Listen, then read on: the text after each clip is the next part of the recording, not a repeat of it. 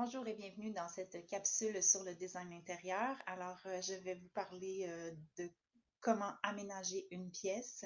Mon nom, c'est Katia Desgranges. Je suis designer intérieur à mon compte depuis 1994. Donc, j'offre un service conseil. Vous avez besoin d'aide pour choisir du mobilier, planifier un décor, un aménagement, des luminaires, choisir ou installer des tableaux, des couleurs de peinture, aménager une pièce complète, des armoires de cuisine, salle de bain. C'est un peu ce à quoi je touche. Alors, dans une autre capsule, vous pourrez trouver des explications sur les différentes zones dans un aménagement, la circulation, les distances à respecter aussi dans les corridors et tout. Et aujourd'hui, je vais vous parler du mobilier brièvement, donc comment choisir des trucs pour choisir notre mobilier et comment organiser les surfaces verticales ou les espaces verticaux. Donc, au niveau du mobilier, voyez déjà qu'ici, juste pour vous donner un exemple, on a quand même dans les deux images du mobilier qui est gris, qui est assez sobre, avec des lignes assez épurées, mais on a quand même deux atmosphères très différentes. Alors, juste vous faire observer un peu qu'est-ce qui fait les différences. À gauche, de par la fenestration, les stores, on vient apporter une belle chaleur ambiante avec la couleur rouge, la chaleur de ce côté-là. Tandis qu'à droite, on a comme un petit peu plus d'espace, les morceaux sont un petit peu plus éparpillés dans la pièce. Alors, ça crée visuellement un peu plus de désordre. Là, on ne parle pas de chaos, mais ce que je veux en fait attirer votre attention sur, c'est que euh, suivant votre façon d'être, ce à quoi vous aspirez dans votre demeure, ça va être important de choisir et d'aménager en conséquence de ça. Ça ne veut pas dire que parce que vous êtes chaotique et bordélique ou tout ça, que vous allez avoir un décor comme ça. Au contraire, vous pourriez avoir le réflexe ou l'intuition d'aller chercher des lignes plus épurées et des choses plus structurées pour justement calmer votre chaos. Donc, voilà. Ici aussi, bon, je voulais vous parler des jetés, des coussins assortis versus quand on a vraiment deux coussins pareils, comme à droite, ça donne un environnement beaucoup plus structuré, épuré, euh, plus classique aussi. À gauche, on a quelque chose de plus convivial, donc avec des coussins de différents formats et de différentes couleurs aussi, différentes textures, différents imprimés. Même la disposition des tableaux est un peu asymétrique, ce qui contribue là, à stimuler le visuel. Alors, on aime ou on n'aime pas, là, on n'est pas là pour critiquer, c'est vraiment pour vous orienter dans vos choix. Même chose, les jetés. Et puis, vous voyez à gauche, on a des jetés qui sont très bien assortis. Ça a l'air un petit peu plus désordonné, mais convivial aussi. Donc, ça va vraiment dépendre de ce que vous voulez. Et on continue ici avec deux autres façons de meubler qui, dans la même veine, un peu d'explication. À gauche, on a des couleurs très neutres, c'est tout en douceur. Donc, c'est plus sage. À droite, même si tout est bien placé, c'est plus coloré, plus vivant, des motifs, des couleurs qui varient et ça va stimuler plus visuellement là, votre énergie. Donc, ça peut vous en donner comme ça peut vous en enlever. Et là, c'est là que ça devient important de vous connaître, vous, pour vous aider dans vos choix. Personnellement, je vais aller plus spontanément vers l'image de droite pour mes goûts personnels à moi. Dans les décors que je vais faire, ça va dépendre des clients que je sers. Donc, mais j'irai pas personnellement vers ça pour moi, mais j'ai déjà fait des choses semblables là, chez des clients et c'est parfait parce que ça leur convient. Donc, c'est à vous de voir, mais vous pouvez oser. D'ailleurs, le designer est là pour vous aider à oser sortir un petit peu de votre zone de confort, mais c'est important aussi de respecter les limites, là, de pas le faire juste pour le plaisir de le faire, mais que ça convienne à votre personnalité. Même chose ici, là, c'était pour parler de la jetée, de l'assemblage des coussins, parce qu'à gauche, on a un coussin qui est plus gros, à gauche complètement, qui est rouge, mais il n'y en a pas un à droite. Donc, tu sais, ça crée une asymétrie qui va pouvoir déstabiliser certaines personnes ou faire en sorte qu'on l'apprécie justement. Donc, c'est vraiment, je vais mettre en lumière là, les différences, là, tandis qu'à droite, là, tout est bien organisé, bien sobre. Je vais vous parler d'organisation verticale, qu'est-ce qui se passe avec nos murs en premier. Donc, les tableaux, comment on peut, les thématiques qu'on peut aller chercher et le rangement ouvert-fermé. Donc, j'ai commencé avec le mobilier intégré, justement, qui est une belle formule. À droite, vous avez un mobilier intégré qu'on a fait faire sur mesure pour aller chercher la même couleur que le mobilier qui était là existant. Donc, ça crée une uniformité dans la maison. On a du rangement qui est pas mal tout fermé. On a gardé le vitré pour des pièces spéciales de vaisselle. Et puis, donc, c'est ça. C'est important de jauger, d'évaluer avant qu'est-ce qu'on a et qu'est-ce qu'on veut créer comme atmosphère aussi. Tandis qu'à gauche, on a une bibliothèque complètement ouverte. Donc, on va avoir des livres, des sculptures, des objets qui animent le tout. Donc, ça dépend de chacun. Et on voit aussi à gauche qu'on a beaucoup de stimuli, que ce soit au plafond, sur les murs, même les armoires de cuisine qui ont une petite ligne de dorure. Tout ça, ça crée aussi de l'atmosphère. On a de l'atmosphère dans les deux projets. Ce qui est important, c'est ça, c'est de trouver la vôtre. C'est mon rôle. Donc ici, on a aussi une atmosphère plus easy living à gauche avec des endroits dédiés pour ranger des objets usuels ou les passe-temps. Même chose à droite, on l'a aussi avec le panier, mais il est déjà plus rigide. Puis on a sur de la matière déposée là, sur la crédence. On peut aussi aménager notre terrasse, la décorer, c'est quand on a l'espace, évidemment, là, mais de mettre des tableaux au mur aussi, là, puis d'avoir un petit peu tout. Puis créer des thématiques aussi, comme à gauche, là, on rassemble des cartes, là, je reviendrai avec ça un petit peu. Donc, les tableaux, qu'est-ce qu'on accroche au mur? Alors ici, vous voyez, à gauche, on a beaucoup de stimuli visuels. À droite aussi, mais j'ai l'impression qu'à gauche, c'est plus stimulant. Et pourquoi? On a d'une part les deux taches de bleu, le fauteuil et le tableau qui sont en haut à droite, aux extrémités. Et on a beaucoup d'espace entre chaque tableau aussi. Tandis qu'à droite, même si on a des objets qui varient, on a une thématique et les objets sont serrés puis ils se retrouvent pas mal là, dans une forme plus stricte. Alors ici, je vous ai souligné aussi qu'on a une verticale on a quand même un minimum d'alignement, mais par endroit seulement, et plutôt au centre ici de la disposition, tandis que dans le tableau de droite, on est aligné à l'extérieur de tout l'ensemble de nos pièces à accrocher. Alors, on voit très bien ici la différence, encore une fois, à gauche avec une thématique là, de 3 images, mais qui sont décalées.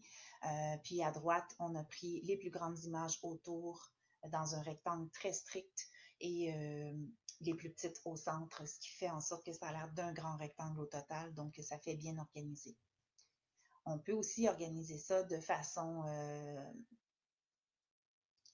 j'allais dire centrifuge, mais c'est pas vraiment le bon mot, là, mais autour d'une grande œuvre. Ici, on a quand même une thématique, mais c'est quand même une image pour expliquer. Donc, on a une grande œuvre, puis en périphérie, on a tout le reste. Ça crée à peu près un ovale.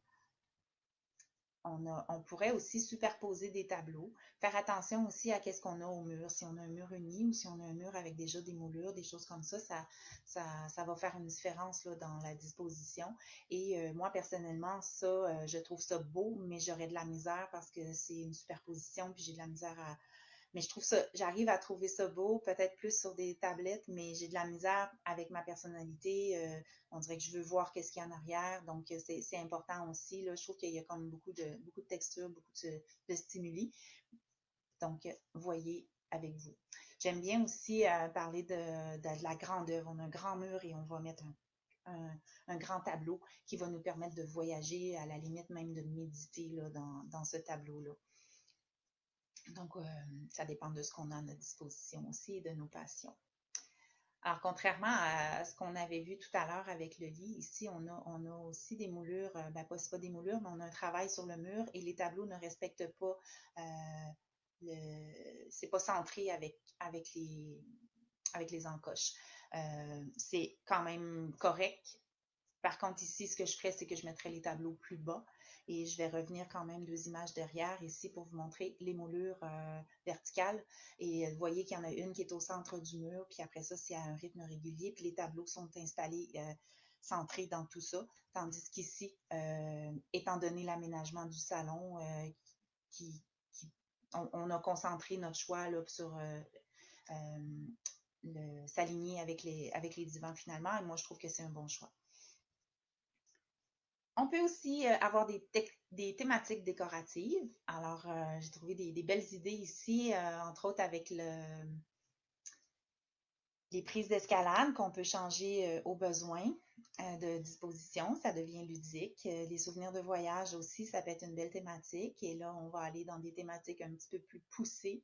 Alors, dans votre décor, ça peut toujours être des influences là, suivant les passions que vous avez.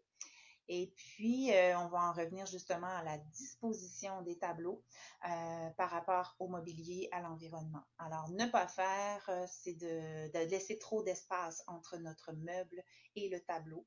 Surtout pas le mettre très près du plafond. Il y a toujours un droit de veto, là, mais en règle générale, c'est ça. Donc, se tenir environ à 6-8 pouces là, du meuble au-dessus duquel on a nos tableaux. Et puis, s'il y a des objets, là, ça peut varier un petit peu. Donc, aussi, le centre du sujet dans le tableau pourrait se trouver à environ à 57 à 60 pouces du plancher. Mais ce n'est pas une règle universelle parce que si vous mesurez 6 pieds 4, puis qu'une autre personne mesure 5 pieds, c'est aussi important là, d'y aller avec l'œil. Sauf que c'est mieux plus bas que trop haut. Retenez ça. Aussi, quand je vous disais que les tableaux étaient trop hauts dans l'autre image, ils étaient aussi très distancés. C'est plus agréable à l'œil quand on va garder le même rapport, comme si on avait, mettons, on divise l'espace en trois et que, donc, on a 2 tiers au centre, puis l'autre tiers est divisé de chaque côté du meuble. C'est plus gagnant. Alors, je vais vous montrer quelques exemples là, que j'aime moins. Et pourquoi? Donc ici, voyez-vous, là, au lieu de faire un carré qui serait aligné par l'extérieur, les deux tableaux du dessus sont un petit peu à l'intérieur. Moi, je trouve que c'est moins agréable. J'ai toujours envie de les aligner. Puis il y en a juste 3. Puis le format fait que ça ferait un carré. Quand plus on en a, plus on peut se permettre de liberté dans la disposition. Mais là, comme il y en a juste 3, moi, j'aurais vraiment aligné par l'extérieur. Même chose ici. Ils sont trop hauts, d'une part. Puis, c'est ça, j'aurais créé une forme là, plus, plus organisée. Peut-être un rectangle ou un carré là, pour les contenir toutes dans ça. On peut travailler aussi avec, exemple, du tape vert qui ne brise pas la peinture là, pour créer les espaces là, qui s'aident. On peut aussi découper la forme de nos tableaux puis les coller avec la gommette pour visualiser l'effet que ça donne. C'est des trucs. N'hésitez pas, quand je vous disais qu'on a plus de tableaux, c'est plus facile de travailler l'espace puis la symétrie. Donc, un coin d'escalier, par exemple, ou un coin de mur, ça se travaille très bien des deux côtés. Et puis, voyez à gauche, là, il n'y a vraiment presque pas d'espace entre chaque tableau, mais on respecte la diagonale de l'escalier. Et à droite, on a mis un peu plus d'espace, mais on a des formes quand même plus régulières, puis on a un petit peu moins. Alors, c'est deux façons intéressantes là, de travailler nos tableaux. Quand on a des choses comme à gauche ici, quand on a des choses qui sont déposées sur notre meuble, on peut se permettre de mettre les tableaux un petit peu plus haut que le 6 à 8 pouces parce qu'on a déjà quelque chose qui occupe les premiers pouces. De déposer des tableaux sur la crédence, c'est aussi gagnant. C'est très, très agréable comme style. Alors, juste vous dire que personnellement, je ne suis pas très stricte dans ma disposition. Moi, j'aime ça quand il y a des souvenirs, quand il y a des tableaux qui parlent. Personnellement, j'ai de la misère à aller chercher une reproduction, même d'un artiste là, de la Renaissance ou tout ça. Il faut que ça parle. Donc, ça, c'est chez moi. Voyez, à droite, on le voit mieux, là, mais les tableaux sont alignés par le bas. Et j'ai des cadeaux que j'ai reçus, des souvenirs de famille aussi. Et toutes les petites cartes qui sont accrochées, en fait, c'est des personnes qui nous ont écrit des mots, soit par courrier ou des cartes de fête. Et de temps en temps, on en prend une, puis on se remémore des bons moments. Alors pour moi, c'est un peu ça, les tableaux. Il y a des endroits qui sont vraiment plus, c'est pas parce que c'est pas esthétique chez moi, mais qui sont plus organisés. Moi, ça me prend ça. Il faut que ça me parle. J'appelle ça qu'il y ait du mot un petit peu. Donc, faut que ça parle de moi, qu'est-ce qu'il y a sur les murs ou de ma famille, de mon environnement. Voilà. Ensuite, on a des motifs qu'on peut utiliser sur les murs avec le papier peint, avec les fresques, avec les murales. Donc, voyez, quand on a quelque chose d'aussi important que ce qu'on a à gauche, on va aller vers du mobilier un petit peu plus épuré, un petit peu plus discret, pour pas qu'il y ait de chicane entre les motifs, en fait. Là. La même chose à droite, là, c'est quand même assez présent, donc il faut faire attention au poids des couleurs, au poids des volumes aussi. Ici, j'avais envie de vous montrer justement avec les murales, quand on a une thématique, c'est assez gagnant, surtout chez les adolescents. Donc, on avait l'ancienne chambre là, en transition avec les anciennes couleurs là, bleutées. Et voyez qu'est-ce qu'on a fait avec la murale. Ça crée vraiment une atmosphère là, très chaleureux. On s'installe sur le lit et on voyage dans la ville de New York. Je me suis fait dire qu'on avait envie d'appeler au numéro de téléphone qui était sur l'autobus pour avoir des informations touristiques un jour. Donc, c'est ça. C'est assez gagnant de faire des thématiques comme ça. On a un autre projet de chambre d'adolescente cette fois-ci. Alors, on a commencé à travailler avec, entre autres, beaucoup de changements de texture, de coussins, des formats différents, puis une grande image qui allait prendre comme tout l'espace à droite, le mobilier aussi adapté au goût du jour. Donc, c'est le motif, les textures qui vont habiller la pièce. Ici, on a un avant-après. Donc, une maison dont les murs sont toutes faites en Donnacona board. C'est un peu comme des panneaux acoustiques, si vous voulez. C'est une usine qui existait autrefois à Donnacona qui faisait aussi, on le voit aussi, les plafonds sont faits comme ça aussi. Donc, mon client voulait, sans condamner la porte, l'intégrer. C'était une de ses premières requêtes, trouver quelque chose qui ferait en sorte qu'on ne verrait plus cette porte-là qui est dans la salle à manger, qui donne sur un garde-robe. Donc, on a vraiment travaillé graduellement. On avait quelques objets aussi qui étaient importants là, au cœur du client. Donc, on a la sculpture des canards. Ben, c'est pas des canards, excusez-moi, des ibis, je crois. On a la sculpture qui est là, qu'on devait récupérer, pas récupérer, conserver. Puis, vous voyez ici à gauche, on avait une table un peu style de patio. Donc, ça a été graduellement, on a fini par avoir un coup de cœur, une table qui allait l'intégrer, mais on a mis une porte coulissante, en fait, qui est tranchée dans le bois et avec un papier peint texturé. Alors, on a intégré vraiment le style. Puis en finale, je ne sais pas si on le voit ici. Non, j'ai pas de photo avec le. Non. Mais le star aussi est devenu un star en fibre de bois. Alors, à ce sujet-là, le fait d'avoir intégré les sculptures sur le mur avec une petite tablette, ça me fait penser de vous montrer différentes façons de fixer vos tablettes. Donc, magasiner, il y a énormément de choix. J'en ai pas mis beaucoup ici, mais il y a des choses plus contemporaines, des choses invisibles, des supports plus bruts aussi, chromés. Et puis, pour revenir au motif, quand on a un papier peint ou une fresque là, qui est très, très présente, à ce moment-là, on n'a pas besoin de grand-chose d'autre dans la pièce. Pour ceux qui auraient peur d'oser ça, je vous dirais que tous les clients qui sont allés finalement vers ce choix-là ne le regrettent pas. Ils disent que c'est la pièce maîtresse finalement, puis que c'est ça qu'ils préfèrent dans leur décor. On peut intégrer aussi des matériaux, donc comme du bois. Il y a aussi des imitations de bois. Il y a plusieurs compagnies qui font des textures aussi en bois, comme Mur Design, entre autres. Puis là, vous pouvez aller finalement créer une dynamique, une texture vivante là, sur la pièce sans modifier les formats de la pièce. Et ça crée des zones. C'est ça qui est important aussi. Ça crée des zones, des atmosphères.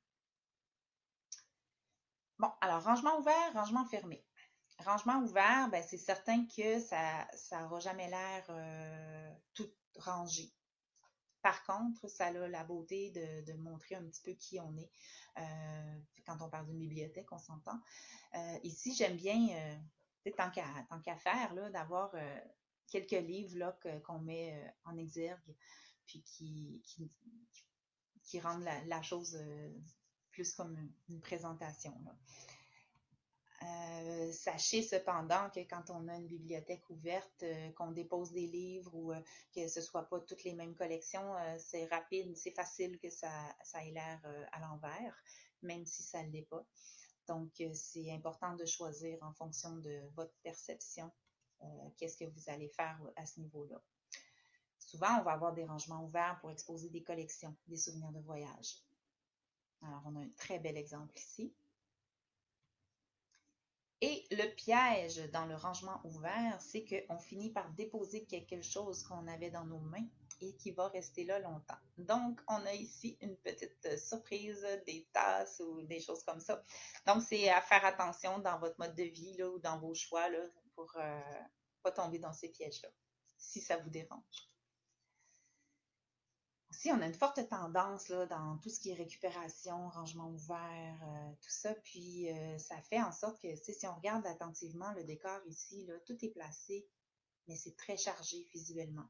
Donc, c'est important juste de juger si ça vous convient ou pas. Il y a des environnements de travail comme ça qui, pour moi, seraient impossibles. J'ai pas assez de place pour travailler. C'est trop confiné. Puis, le rangement est ouvert et fermé, mais c'est ça, il n'y a pas vraiment de surface. Alors, ça dépend de ce que vous faites aussi. Je préfère un environnement comme celui-là, où tout est ouvert pour travailler, qu'on a des surfaces. Et quand je vous disais que j'aime les tableaux superposés, c'est comme ça ici. Donc, avoir une tablette avec quelques images comme ça, moi, je trouve ça magnifique.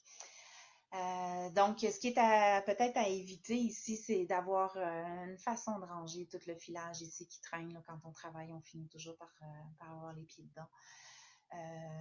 Par contre, c'est ça. Donc, ça dépend aussi de la façon qu'on a de travailler. Mais ici, comme pour travailler en design intérieur, c'est parfait comme environnement. C'est quelque chose dans lequel on va devoir faire table rase régulièrement aussi, forcément, là, suivant les projets qu'on a en cours. Ça peut s'appliquer à votre atelier. Il y a des environnements de bureau qui ressemblent plus à ça. Alors là, on n'a que les surfaces de travail qui sont visibles. Le reste est tout fermé. Personnellement, ça me convient moins, mais c'est selon vous. OK, ici, on a des rangements dédiés. Donc, on a des espaces qui sont ouverts, des espaces qui sont fermés, en plus d'avoir une certaine texture ou un rythme avec les panneaux décoratifs là, qui sont au mur. Je trouve que c'est gagnant. On a un bel équilibre, une belle luminosité. Ça nous permet de mettre en évidence seulement ce qu'on veut. Donc, c'est des façons de faire qui sont gagnantes. Même chose ici. Chez cette cliente-là, on voulait garder des espaces pour les livres de recettes, quelques petits objets à mettre en évidence et que tout le reste soit fermé. Cet espace-là donne sur la cuisine qui est finie dans les mêmes matériaux. Alors, ici, on peut avoir aussi du rangement mixte.